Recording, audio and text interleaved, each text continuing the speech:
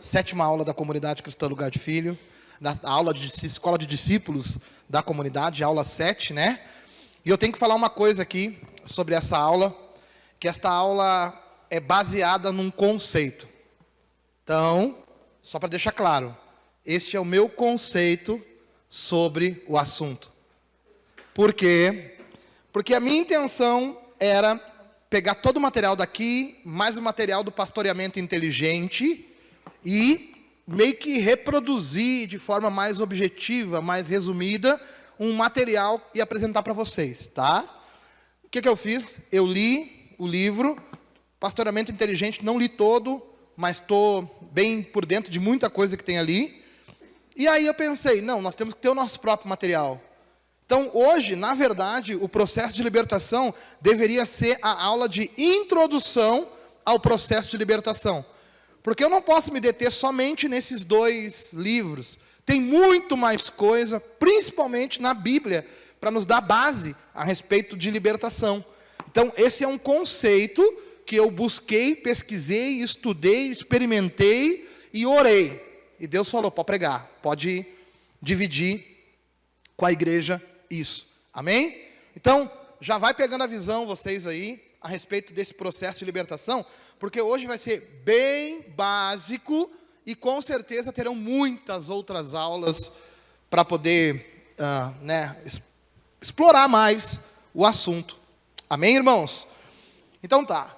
Entender a libertação é parte fundamental do processo, tá? Entender a libertação. Por exemplo, existe a libertação completa pelo entendimento do Evangelho, ou seja, a pessoa entendeu o Evangelho e vai ser transformada completamente porque entendeu o Evangelho, e também existe a libertação em partes das áreas da nossa vida, ou seja, você entendeu o Evangelho, mas por algum motivo, uma área da tua vida, tu é prisioneiro. Então tem essas 2 formas de Deus trabalhar. Você nunca se deparou com alguém que você diz que tudo certinho, tudo no relógio, mas tem aquela pequena área da vida dessa pessoa que faz essa pessoa perder as forças, errar, se afastar de Deus, aquilo derruba aquela pessoa. Por exemplo, eu tinha uma área da minha vida que eu não conseguia me manter de pé nunca. Nunca, nunca, nunca. Toda vez que tocava nessa ferida, eu já pastor de vocês, tá? Eu caía. O que era? A minha ira e o meu ego. Quanto à minha masculinidade, quanto ao que os homens vinham achar de mim. Principalmente pastor. Cara, eu tinha uma vontade de bater de frente com o pastor, principalmente aqueles que tu sabe que fazem tudo errado, e isso é completamente errado. Isso é a maior prova de que eu necessitava de libertação numa área da minha vida. Por quê? Porque o Senhor que me chamou, Ele se chama Jesus, e Ele me chamou para ser pleno no chamado, que é manso e humilde. E aí, quando a gente não consegue ser manso, a gente cumpre 99,9,9,9 de tudo que Deus pede e justifica o 0,1% porque Deus me conhece. Não existe isso, viu? O Senhor está nos chamando para a plenitude. Então eu estou exemplificando que eu sou um cara liberto das coisas grosseiras, mas tinha uma área da minha vida que eu era prisioneiro. E eu dividi com vocês como é que foi a minha libertação, não cheguei a comentar, então vou abrir para vocês o que aconteceu. Um pastor, ele andou falando umas coisas a meu respeito, andou denegrindo a minha imagem, e eu mandei uma mensagem para ele, né? Uma mensagem assim, um pouco, uma mensagem feia, e ele pegou essa mensagem e mostrou para um cara que eu honro demais. E ele mostrou assim, olha aqui, o cara que tu tá falando aí, que tu honra aí, o cara que tá estourado aí, o guri que é a promessa do futebol aí para ti, ó. Tá aí, ó, olha a mensagem que ele me mandou aqui. E aí esse pastor me ligou e falou, Ju, olha só, eu vi uma mensagem que tu mandou pro fulano, e por te amar eu vou te dizer, ó, tu tá errado. Cara, aquilo ali para mim doeu demais. Por quê? Porque eu estava errado mesmo. E eu fiquei com vergonha. E eu me senti o pior homem do mundo. Por quê? Porque o evangelho que eu prego nesse púlpito não estava batendo com aquela mensagem. Não foi nada demais, viu? Eu não falei que ia bater em ninguém. Não falei diretamente que ia bater nele, mas eu falei que se ele continuasse... se ele continuasse fazendo aquilo, eu ia falar mais sério com ele. Pessoal, a gente ri, brinca, mas eu me envergonho dessa atitude porque hoje eu sou liberto, como diz o Wesley combatente. Hoje eu sou liberto disso. Hoje eu consigo olhar para quem me afronta, para quem me julga, para quem me condena, para quem tem até propriedade para falar mal de mim, e dizer, cara, infelizmente eu falhei na minha vida, eu sou falho, e olhe para mim com misericórdia, porque o Senhor Jesus está colocando o olhar de misericórdia na minha vida. Então eu só estou dando essa volta aqui dentro para dizer que eu sou liberto do mundão, certo? Mas tem áreas da nossa vida que a gente ainda pode ser prisioneiro. Talvez um medo que você não consegue avançar, sabe? Talvez um ponto que você sabe, ninguém sabe, mas eu sei que eu peco nisso, eu peco nisso.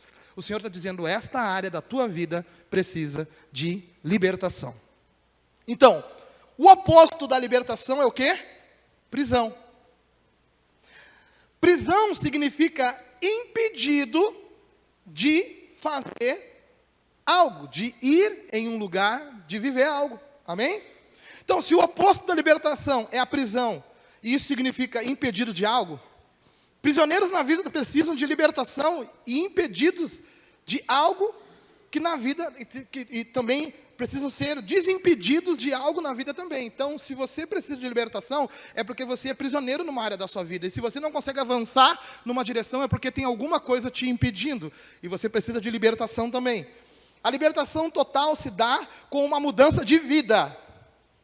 A libertação de uma área se dá pela cura de algo que ainda sangra em nós.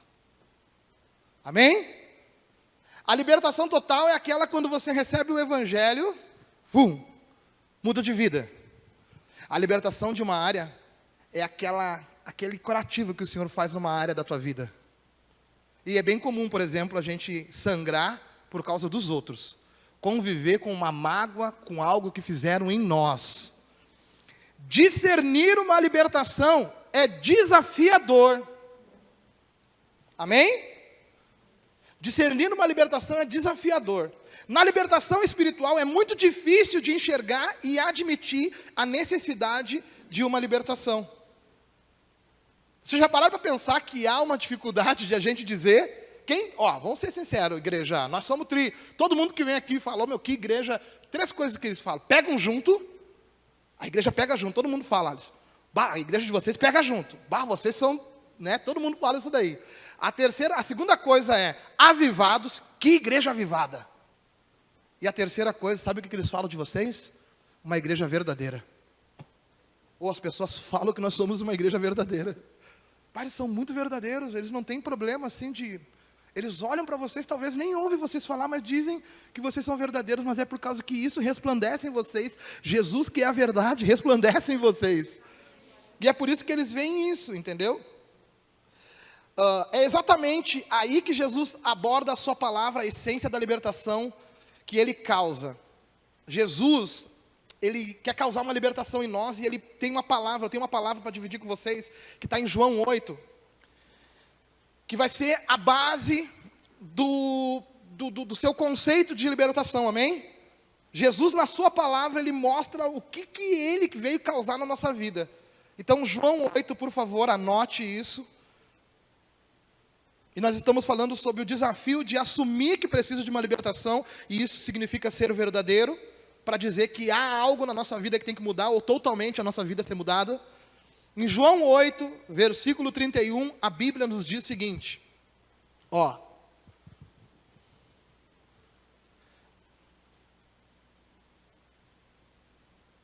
Dizia, pois, Jesus aos judeus que nele creram, se vós permanecer na minha palavra, verdadeiramente sois meus discípulos. Versículo 32, e conhecereis a verdade, e a verdade vos libertará. Responderam-lhe, somos descendentes de Abraão, e nunca fomos escravos de ninguém, como dizes tu, sereis livre? Replicou-lhes Jesus, em verdade vos digo, que todo aquele que comete pecado, é escravo do pecado. Como eu falei para vocês, o conceito básico da libertação vai ser, nós vamos usar esta palavra aqui, amém? Então, nesse conceito básico, Jesus está se comunicando com pessoas, e ele está dizendo aqui que se eles conhecerem a verdade, e a verdade vos libertará. Mas, para isso acontecer, eles têm que permanecer no ensinamento de Jesus. Amém? Aí, os caras pulam na frente e dizem assim, olha só, eu não preciso. Por quê? Porque eu já tenho um conhecimento de algo. Esses caras aqui achavam que eram conhecedor de Deus. E Jesus está dizendo, não, para vocês poderem ser livres, tem que conhecer a mim. Eu preguei um pouco sobre isso agora no culto de domingo. Ele fala, em verdade vos digo, que todo aquele que comete pecado é escravo do pecado. Ou seja, esses caras sabiam que pecavam, mas estão rejeitando aquele que quer libertar eles do pecado. E ele está dizendo, eu liberto vocês, se vocês permanecerem em mim, porque vocês vão conhecer a verdade através de mim, e essa verdade vai libertar vocês.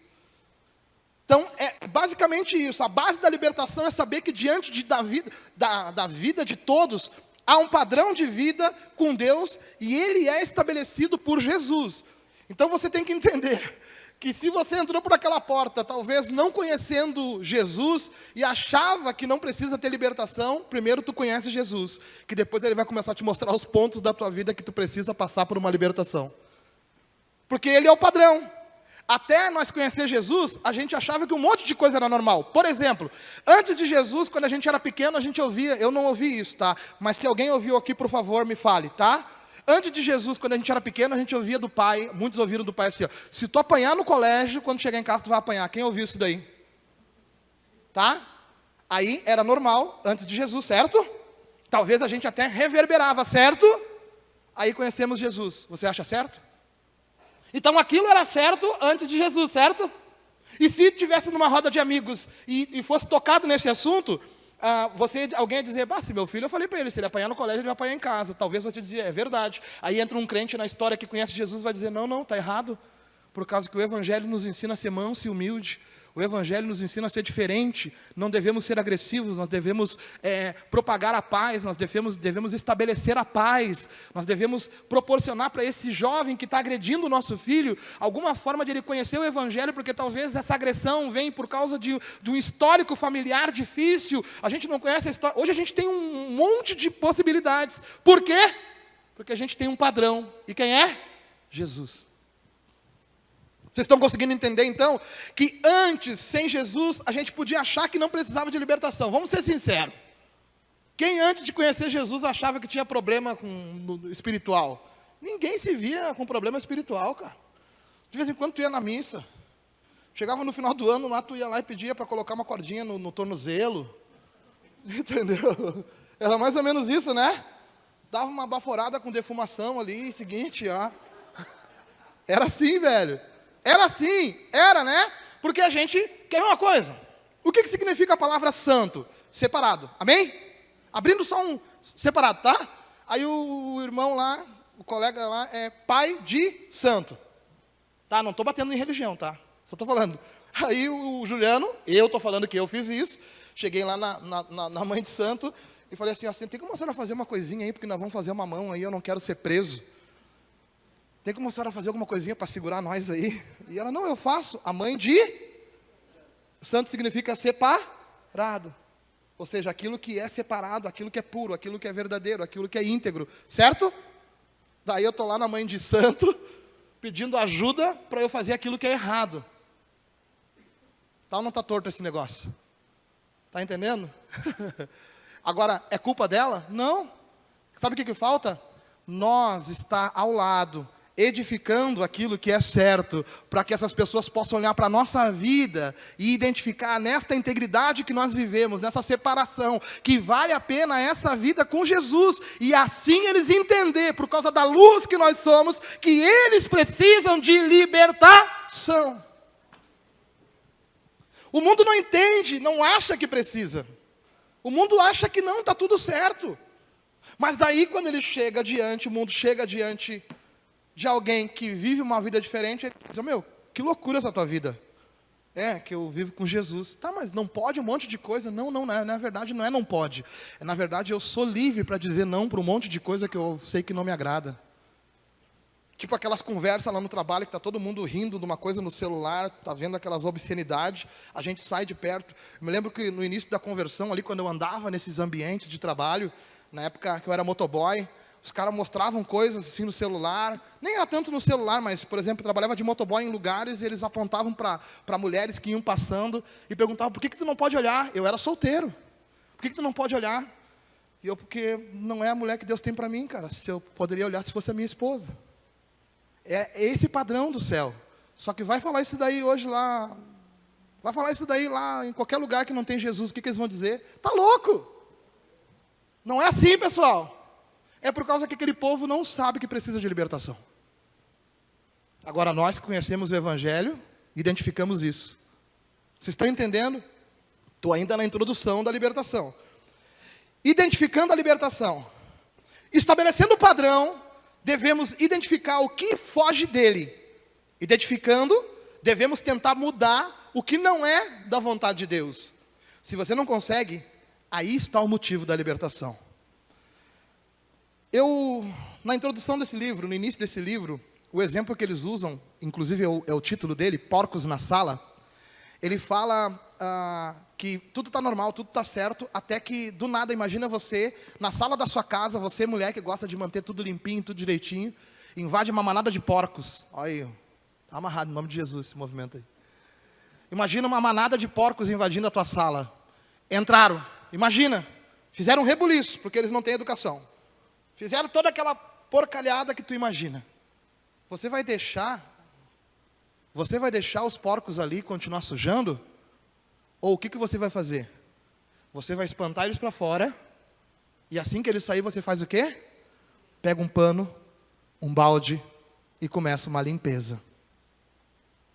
Não é normal isso acontecer, porcos invadir a sala. Assim como também não é normal padrões estabelecidos pela Bíblia entrar na nossa vida.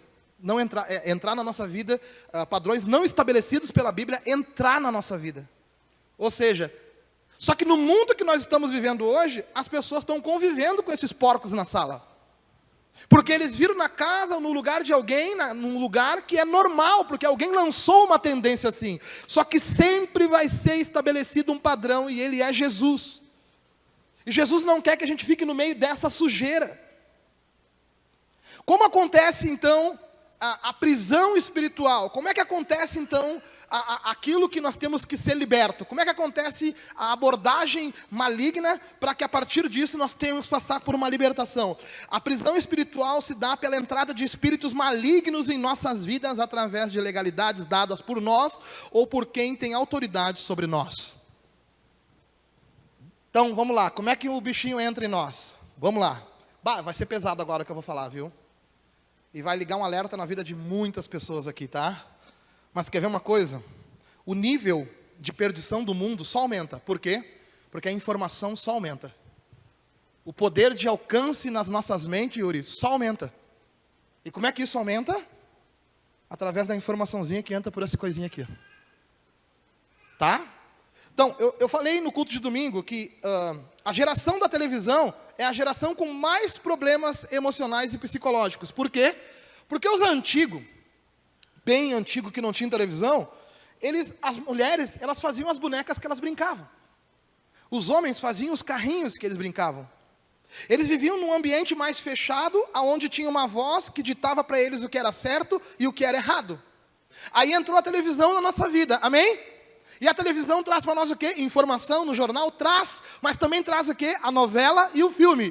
Quem é que faz a novela e o filme? O ator. Ou seja, um personagem. O personagem, ele te ensina o quê? A atuar também.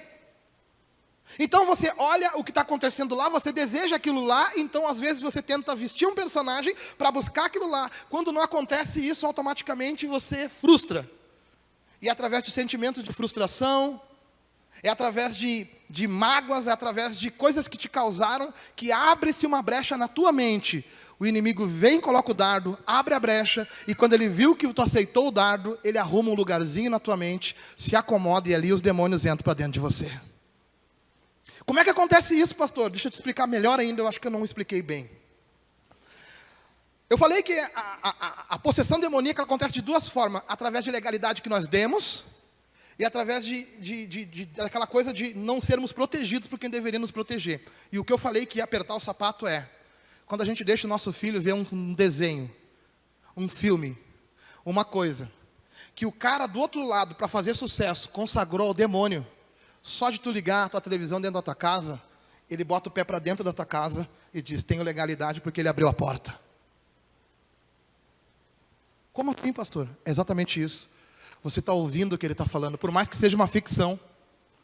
Teve um dia um caso aqui, que a pastora Eloni colocou no grupo sobre videogame. Tá?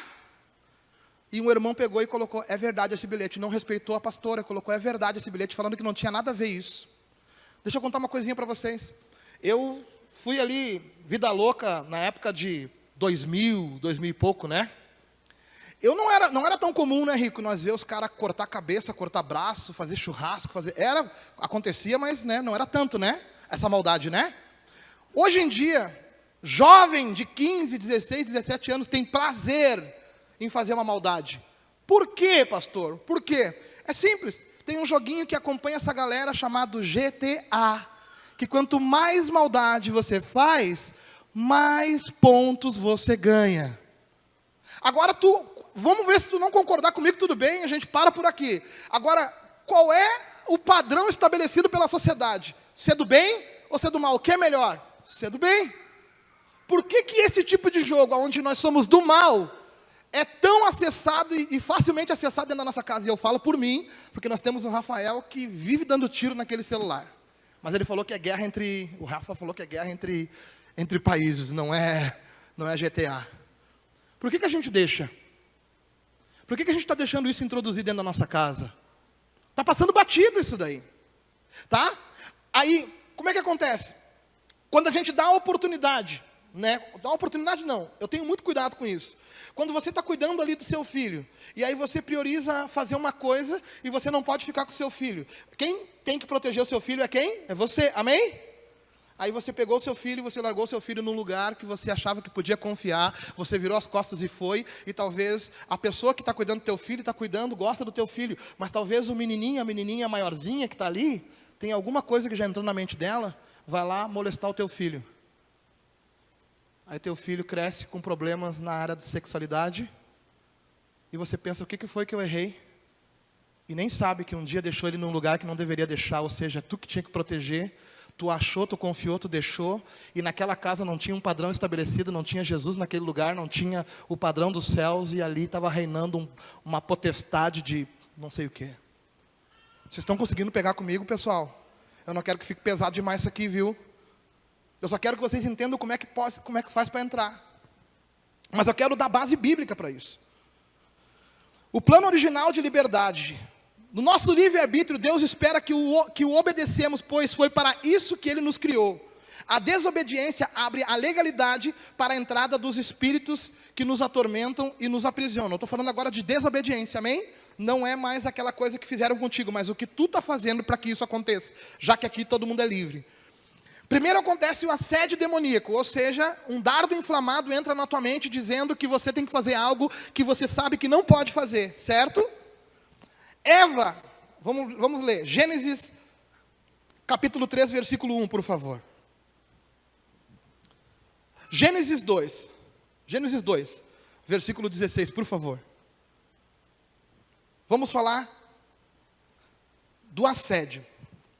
Assédio demoníaco que abre a porta para que entre para dentro de nós o espírito maligno e governe nossas ações a partir daí. Gênesis 2. Eu quero saber se está todo mundo entendendo, galera. Se tiver alguma coisa que está embolado no meio de campo, por favor. Eu posso estar me enrolando aqui, porque está bem pesado essa parada aqui. Gênesis 2, versículo 16. Vamos ler esses dois versículos e depois nós vamos para o Gênesis 3, tá?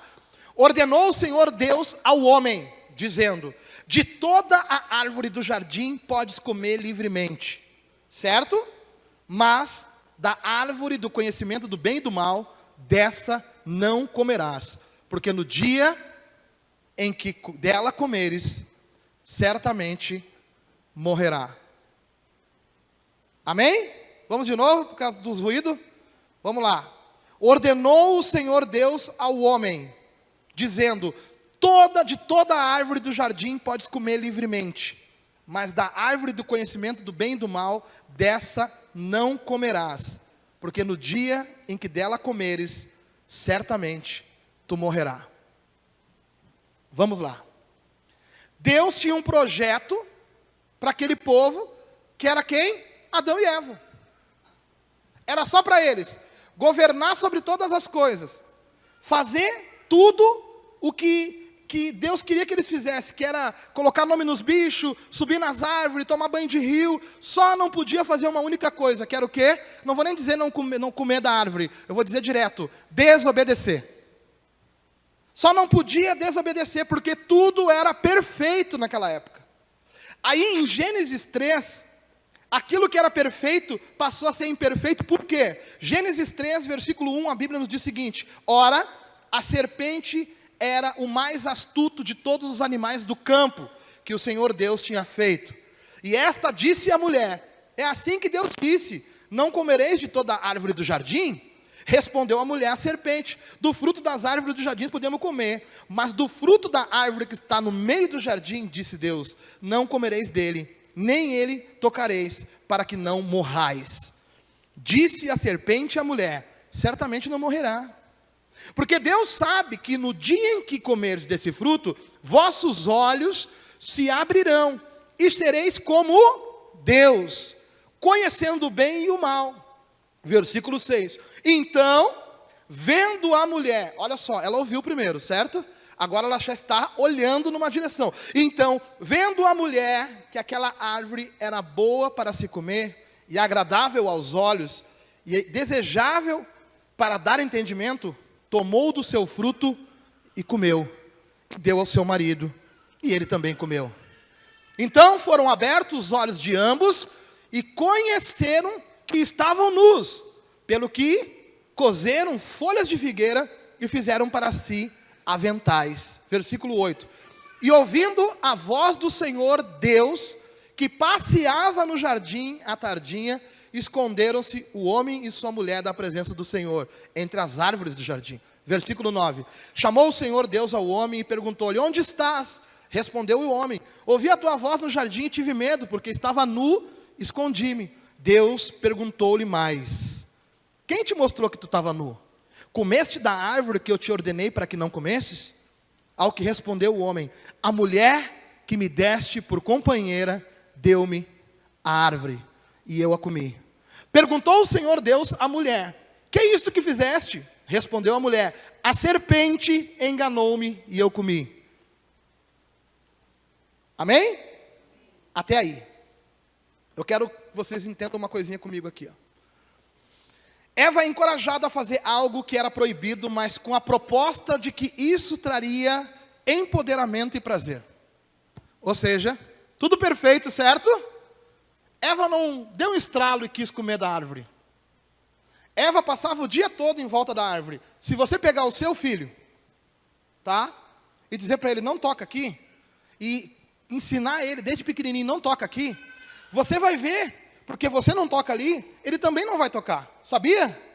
Porque você tem batido na tecla, certo? Quando ele tem um entendimento, é claro. Mas quando vem um priminho, aquele na casa dele, diz assim: ó, toca, lá em casa eu toco. Quer ver uma coisa? O pessoal da loucura, tá? Cara, a gente cresce ouvindo dos pais que não pode tomar nada, não deve beber, não deve beber. Daí, com 14, 15 anos, o teu parceiro lá tomou já. E, cara, nem dá nada. E é tribom. Daí tu toma a primeira vez e é amargo. Vai te acostumando para poder se encaixar com os caras. E daqui a pouco já está no álcool do posto de gasolina. Não, pode fumar que não dá nada. Cigarro? Não, se tu fumar, teus pulmões vão ficar podres. É o que diziam lá em casa. Aí... não, o pai do rico fuma um tempão. E está ali firmezinho. Vamos pegar um cigarro escondido e vamos fumar então. Não é assim. Não é um encorajamento que nos conduz a esses lugares. Geralmente não é nós sozinhos que fizemos. É um encorajamento. E aqui Eva está sendo encorajada. E a proposta já é sugestiva. Ou seja, Eva, tu está aqui, está tudo perfeito. Quer sair da rotina? Quer fazer mais, Eva? Quero. Então assim, ó, vai lá e come da árvore. Não posso, porque Deus falou que não pode. É claro que pode, ele sabe que se tu comer, tu vai saber o que ele sabe.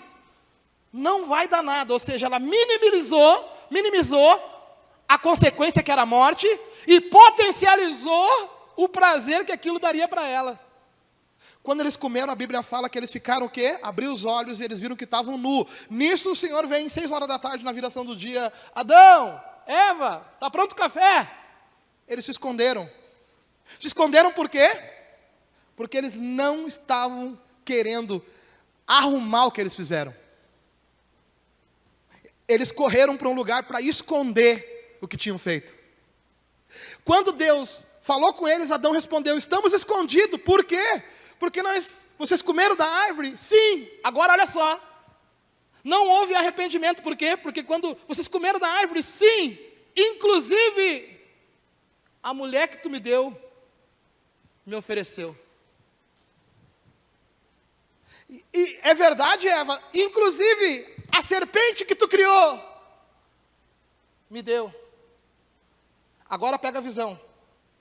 Quando você peca e se arrepende imediatamente, o pecado não tem legalidade. É o mesmo que um pássaro vir e pousar na sua cabeça. Ele só faz ninho se você deixar. Adão se escondeu. Quando você esconde o pecado e não confessa o pecado, automaticamente a porta está aberta. Ele bateu na porta e viu a porta aberta. Está vazio essa casa.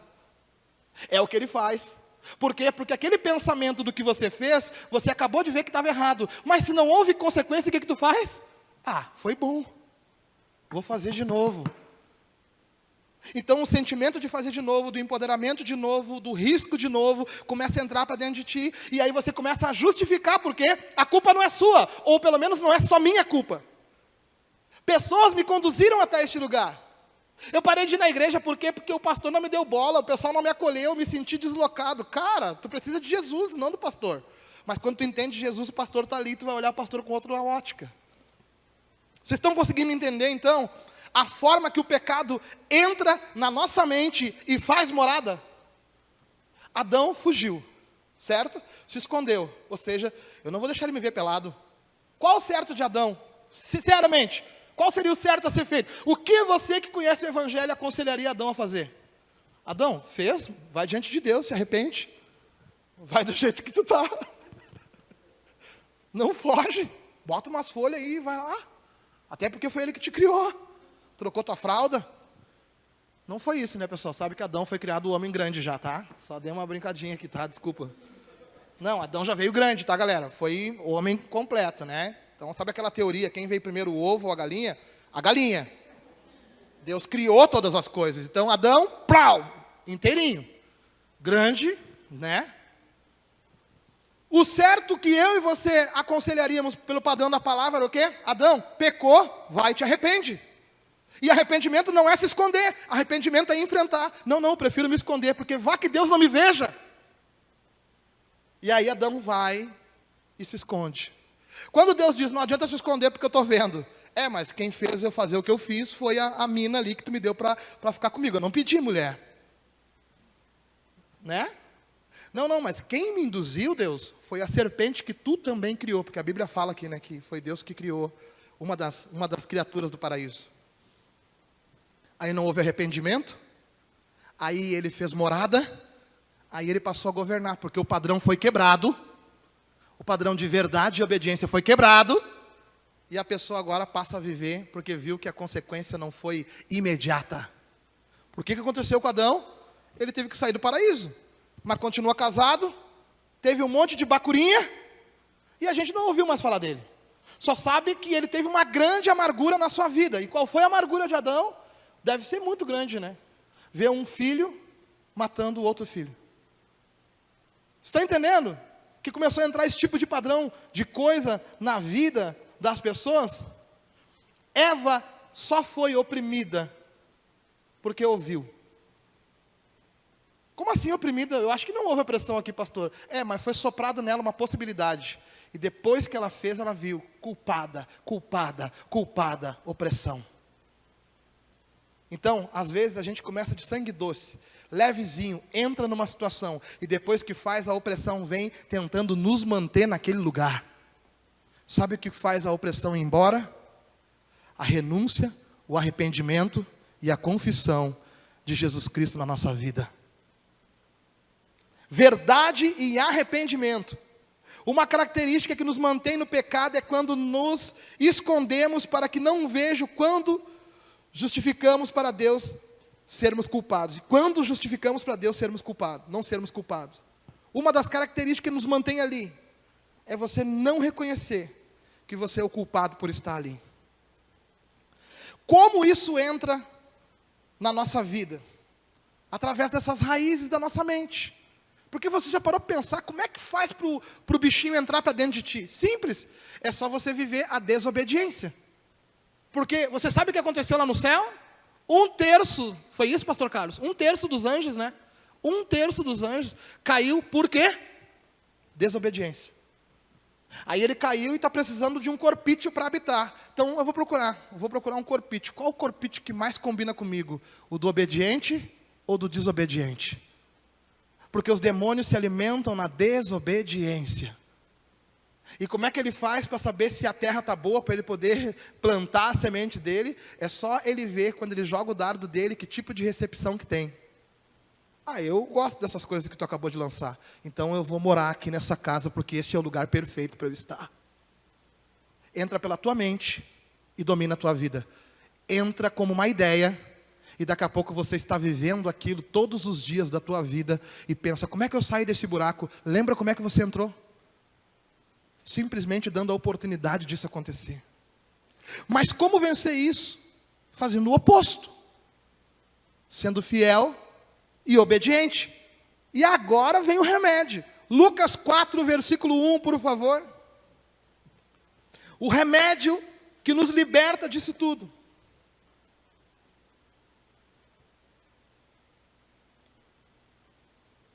Porque na nossa mente foi estabelecido algo que, eu vou lutar contra isso, eu vou lutar para não ser assim. Mas a gente acaba, quer saber, eu não consigo. E ele continua ali, sentadinho. Agora, quando você diz, você não pode ficar aí, por quê? Porque no lugar que tu está, tem alguém que deve estar. Ele que está acima de todas as coisas, o nome dele é Jesus. E o trono do meu coração é dele.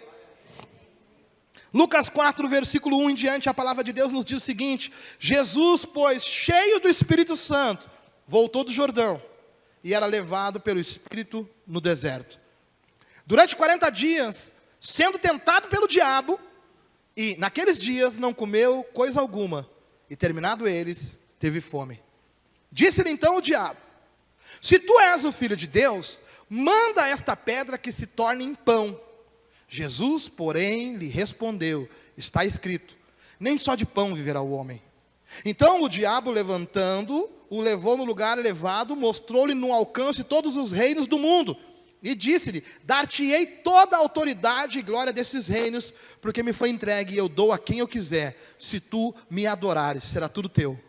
Respondeu-lhe Jesus: está escrito, ao Senhor teu Deus adorará, e só a ele servirás. Então o levou a Jerusalém e o colocou sobre o pináculo do templo e lhe disse: se tu és o Filho de Deus, lança-te daqui para baixo, porque está escrito, aos seus anjos ordenar a teu respeito, que te guardem, e eles te sustentarão nas mãos, para que nunca tropeces em nenhuma pedra.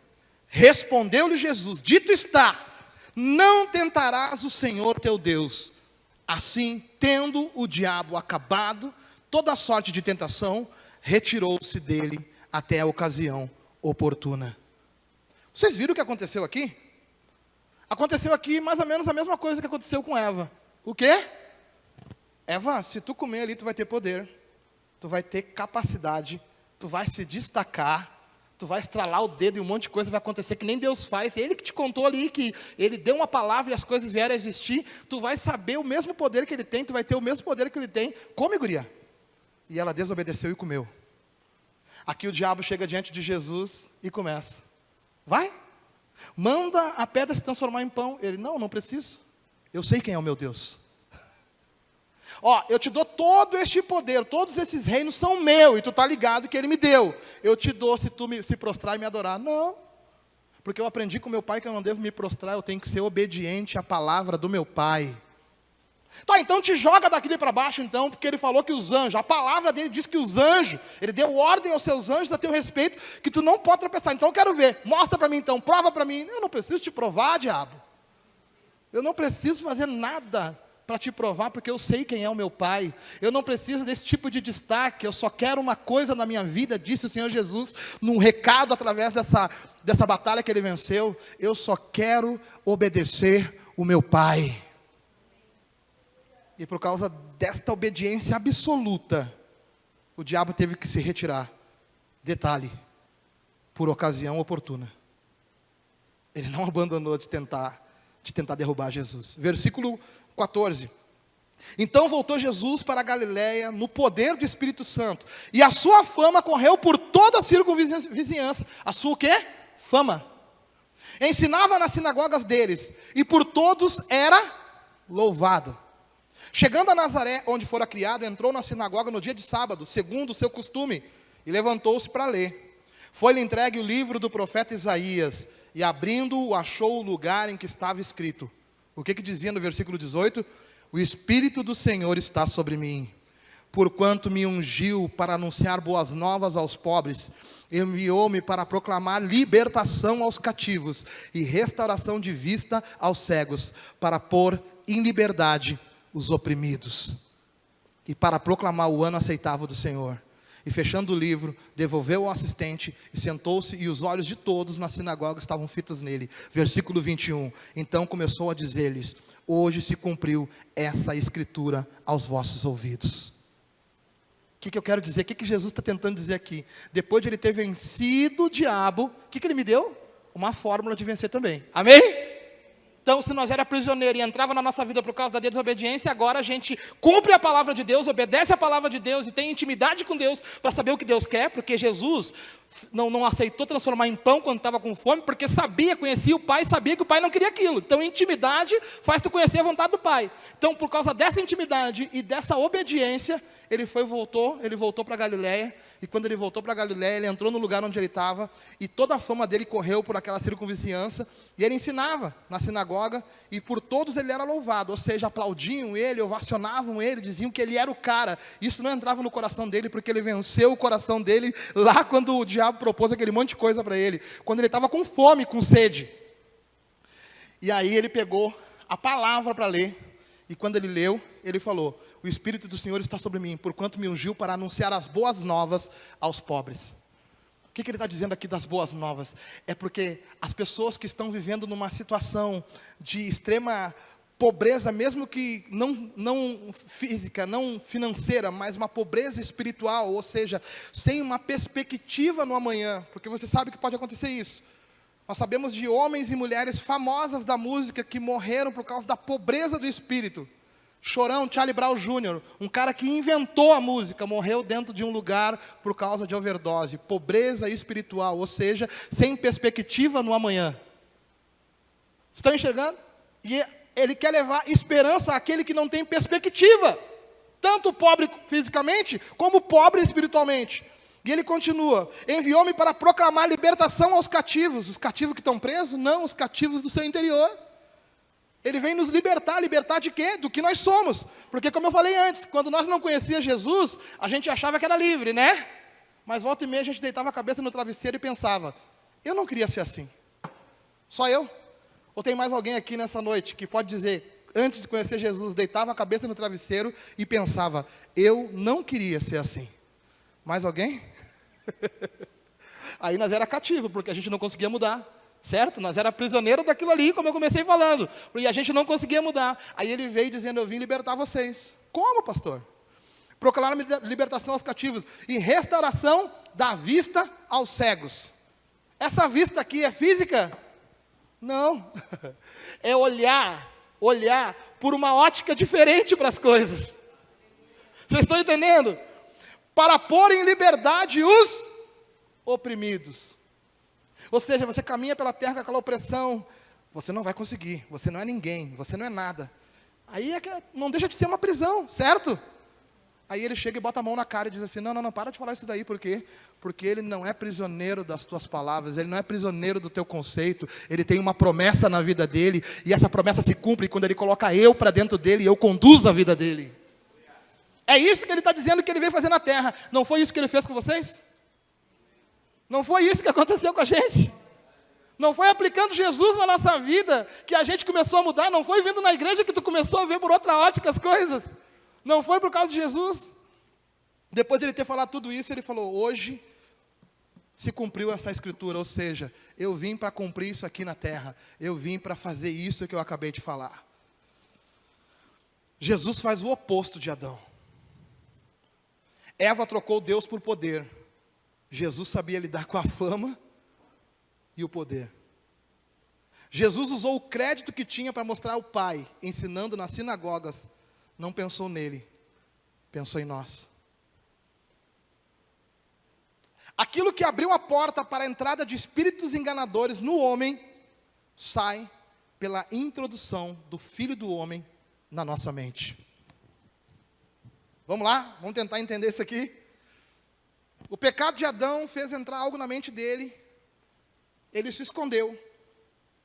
Ele botou a culpa em Eva. Ou seja, ele não fez aquilo que era necessário, se arrepender e reconhecer. É isso que geralmente o pecado faz em nós, certo? Pecado geral. Aí Jesus vem, enfrenta tudo de frente e diz para nós que Ele é o caminho, a verdade e a vida. Ou seja, galera, vocês têm que ser verdadeiro. Quando errar, assuma que errou, porque eu sou o advogado que vou advogar por vocês. Eu vou estar ali para ajudar vocês.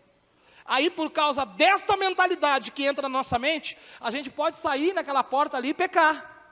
Mas a gente não vai fugir para mais longe de Deus por causa que a gente pecou. Por causa do conhecimento de Cristo, sabendo que Cristo é aquele que advoga por nós, a gente faz o quê? A gente volta para a presença, se humilha, se arrepende e ali é liberto, porque a gente não quer fazer aquilo que a gente acabou de fazer. A gente pode até errar, mas por causa do que Jesus apresenta para nós, a gente diz, eu não queria errar, por quê? Porque eu fiz o oposto de Cristo, e já que eu vi que eu fazendo o oposto de Cristo é ruim, agora eu quero fazer aquilo que é certo, e o que é certo é caminhar e viver com Cristo.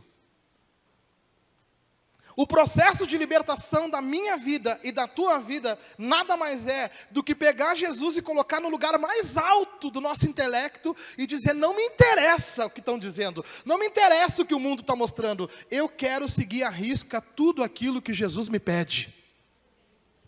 É isso, cara, é exatamente isso. Você pega Jesus e pensa, né? Tem um livro, se eu não me engano, me corrijam, tá? No seu lugar, o que faria Jesus? Tem esse livro? Alguém? Tem, né? No seu lugar, o que faria Jesus? Um livro que eu acho que nos introduz a tomar decisões que Cristo tomaria. Agora eu pergunto, alguém aqui já parou para meditar e pensou, o que faria Jesus no meu lugar? Foi quando eu fiz isso, mediante essa situação que eu vivi, que eu contei para vocês, de eu ter mandado aquela mensagem, eu olhei e falei, Jesus não faria isso. E foi uma virada de chave.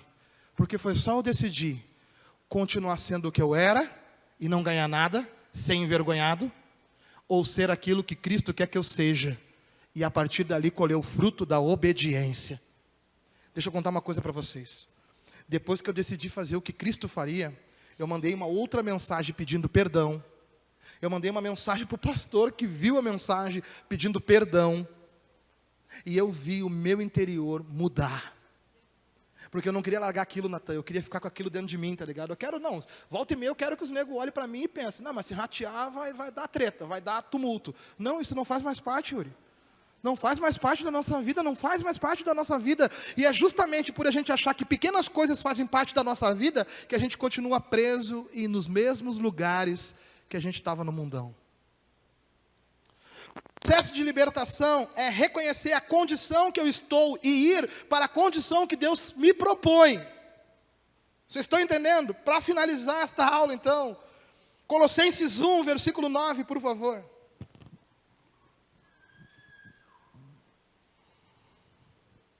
Colossenses 1, versículo 9. E me corrijam depois se eu falei alguma coisa que não estava...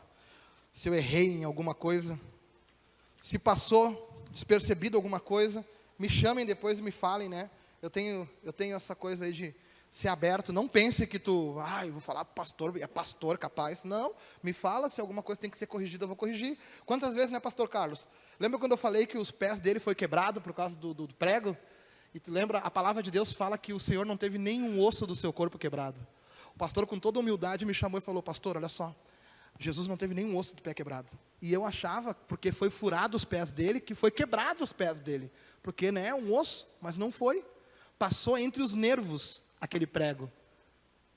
Mudou alguma coisa, pastor? Pelo contrário, mudou sim. Me enriqueceu com essa informação. Então, por favor, quando você sentir no coração que deve me falar alguma coisa, me fale, amém?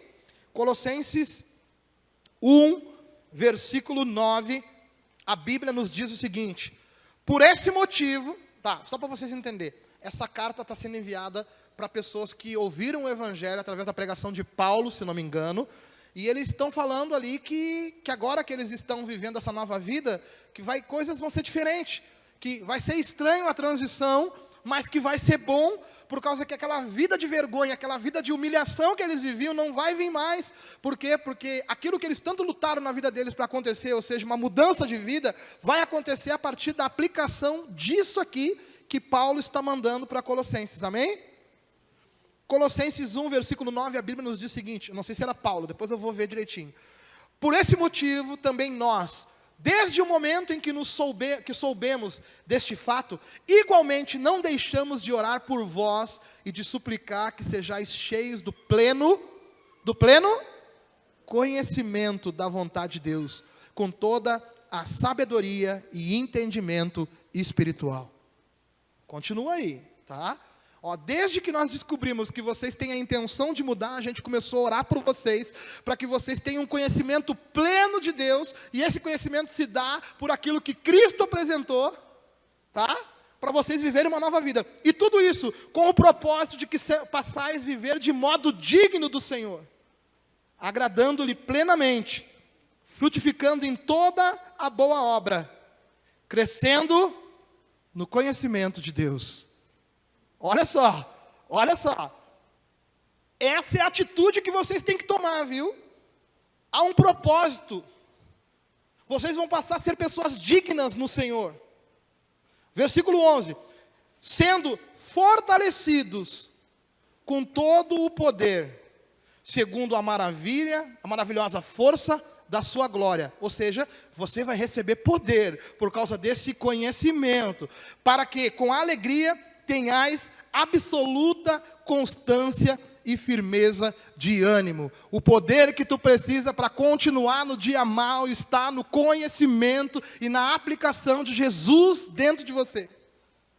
Dando graças ao Pai, que nos tornou dignos de participar da herança dos santos no reino da luz. Versículo 13. Ele nos resgatou do domínio das trevas e nos transportou para o reino do seu Filho amado, em quem temos a plena redenção por meio do seu sangue, isto é, o perdão de todos os pecados. O que ele está dizendo para nós aqui, galera? Essa mudança de vida é da seguinte forma: a conta de vocês foi paga pelo sangue de Cristo. Agora, é vivendo Cristo que o interior de vocês vai ser transformado, ao ponto de vocês viver de uma forma digna apresentada por Deus desde lá do Éden. Qual é a forma digna apresentada por Deus? Relacionamento. Eu não conheço uma pessoa que pecou, que ficou pecando, falando com Deus. Sabe? Então, se tu está num relacionamento com Deus, se tu é íntimo de Deus, logo uma coisa tem que sair da tua vida. O que é? O pecado. Mas por onde é que entra o demôniozinho na tua vida? Através da brecha, da porta aberta, a porta do pecado. E esse pecado, ele abre a porta no sentido, o pecado de Eva abriu a porta, vai, faz, ela fez. E em vez de ela se arrepender imediatamente, ela foi lá e cometeu o segundo pecado, ela e Adão. O que fizeram? Se esconderam. Ou seja, fugiu.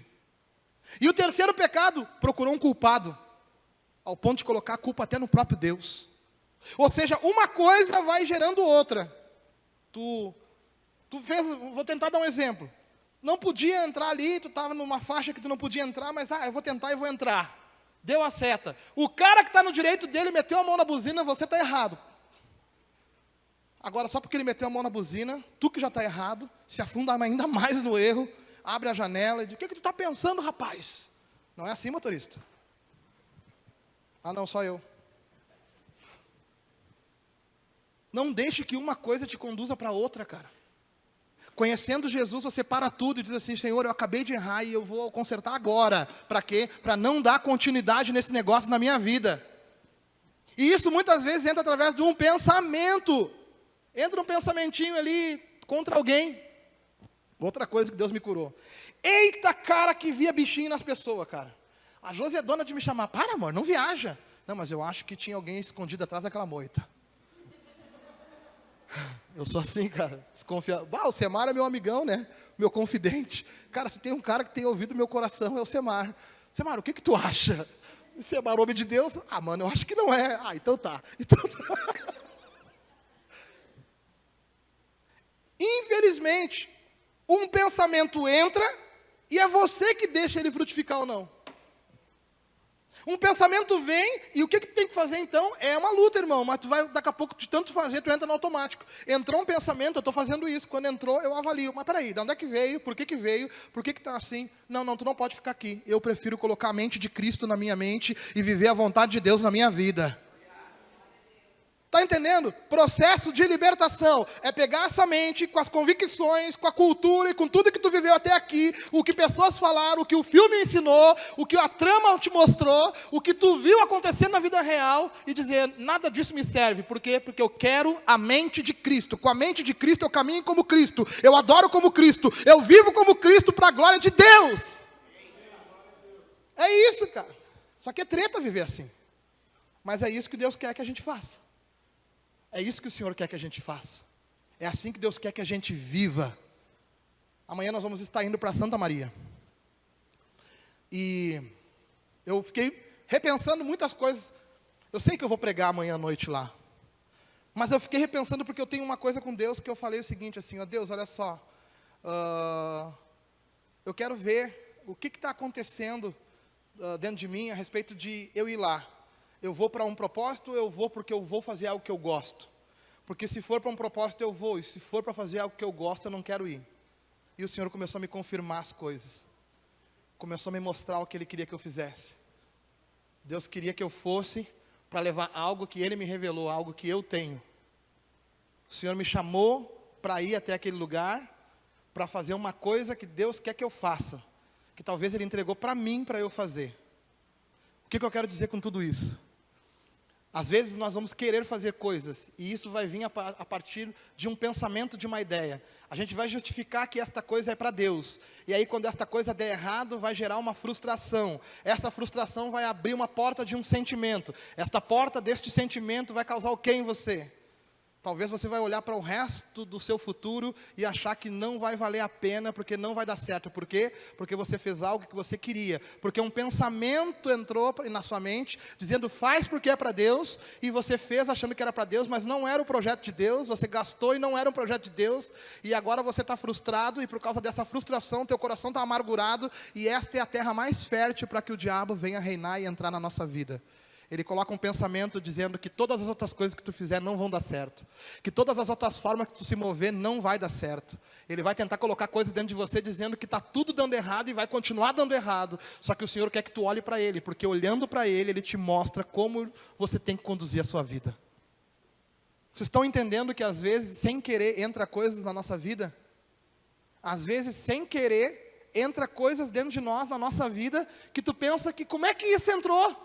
Se eu só quis ajudar. Nós aprendemos no livro Pastoreamento Inteligente. Tu leu, pastor Carlos? Esse daí? Tem uma parte desse livro que fala assim, ó, se tu for ministrar libertação em alguém, Vitor, se essa pessoa não for dar continuidade, nem mexe. Não é? Nem mexe, né, amor? Nem mexe. Por quê? Porque se tu mexer, cara, a pessoa vai ficar transtornada, porque ela vai ficar no meio do caminho entre o bem e o mal. Daqui a pouco coloca a culpa em Deus. O que eu estou vivendo, a culpa é de Deus. Por quê?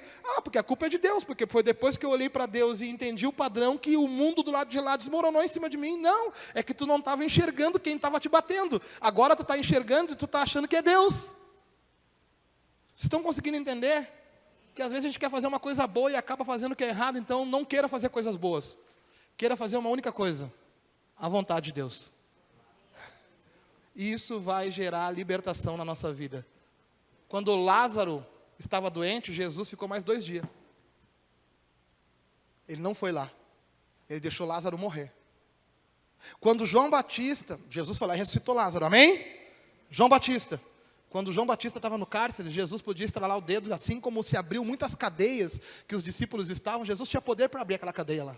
De alguma forma, Jesus podia ir lá, e assim como ele absolveu aquela mulher adúltera, ele podia absolver João. Ele podia enquadrar Herodes e absolver João.